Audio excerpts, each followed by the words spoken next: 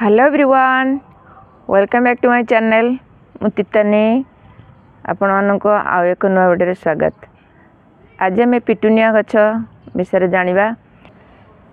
Petunia गोटे seasonal गछ जहाँफल कि शीत दिन में केवल हुए, शीत 4 मास जाक ये फूल फुटे, किंतु आ मंजीरू गछ करें, डालू काटी गछ करें।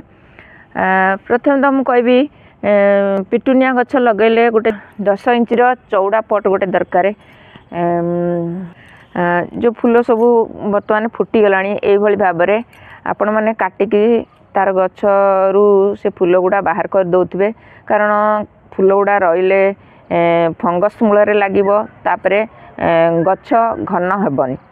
तेणु बाहर करदेला गछ घन हम आउ ता मूलटा परिष्कार रहिबो।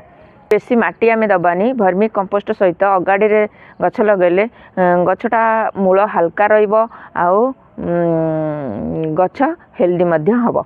गई सारा पर सेमी सीड रे 3-4 दिन रखिदेवे, तापर आनी खरार रखिबे। जितेबाला खरार रखुचंदी जो पानीटा देबे आपण माने देखि चाहि पानी देबे। माटीटा सबले एइभली भाव में मॉइस्चर रहिथवा निहाती दरकार, एंती झुरझुरा होइथवा माटी निहाती दरकार। आउ रहा फर्टिलाइजर। फर्टिलाइजर आपण मैंने जेकोसी फर्टिलाइजर दिंतु, किंतु मास्टर केक जोटा सोरिष खली फर्टिलाइजरटा सबुठ बेस्ट। तापर आमे दबा कौन ना आमे ये कदली चोपा केमती दबा।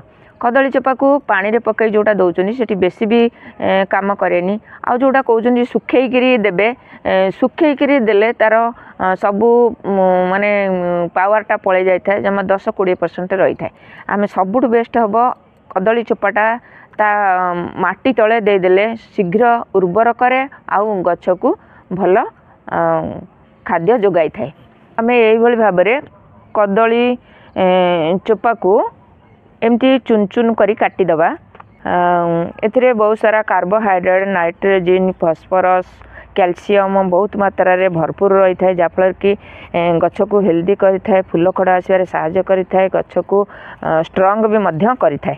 यही भाव में आपण मैंने जो मूलटा को एम ताड़िकी करे ये भाव में सब जाक देदेवे को डायरेक्ट प्रोटेक्शन दे थाए, गछ को डायरेक्ट काम करि थाए। आकु गछ मूल देले कंपोस्ट हो जाए शीघ्र, जहाँफल कि गछ को ग्रोथ करि थाए आउ गछ को हेल्दी करि थाए, ब्रांच आसबार साहाय्य करि थाए आउ फूल कड़ा आसबार साहाय्य करि थाए, गछ को स्ट्रंग करि थाए। सेतिपई आपण माने एई भाव में जदि कदली चोपा दे दउचंती ताले शीघ्र पिटुनिया गछरे काम करि थाए। आ रोइला पोटास। पोटास पानी अल्प अल्प दबे। पोटास पानीटा देले गछ को मूल को स्ट्रंग करि थाए आ ता गछ मूलर उर्वर करि थाए।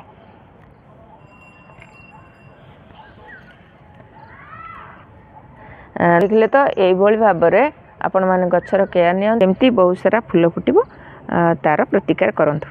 यही छोट वीडियो जदि आपण मानकु भल लगी थाए ताले लाइक कमेंट शेयर करेंगे। आ मो चैनल जदि आपण माने नुआ देखुछन ताले गोटे सब्सक्राइब करेंगे। आज पे एतिकी पुणी आसबि आउ एक नुआ वीडियो नुआ टॉपिक सहित। सेते पर्यंत गछ लगौतांतु, भले थांतु। जय जगन्नाथ।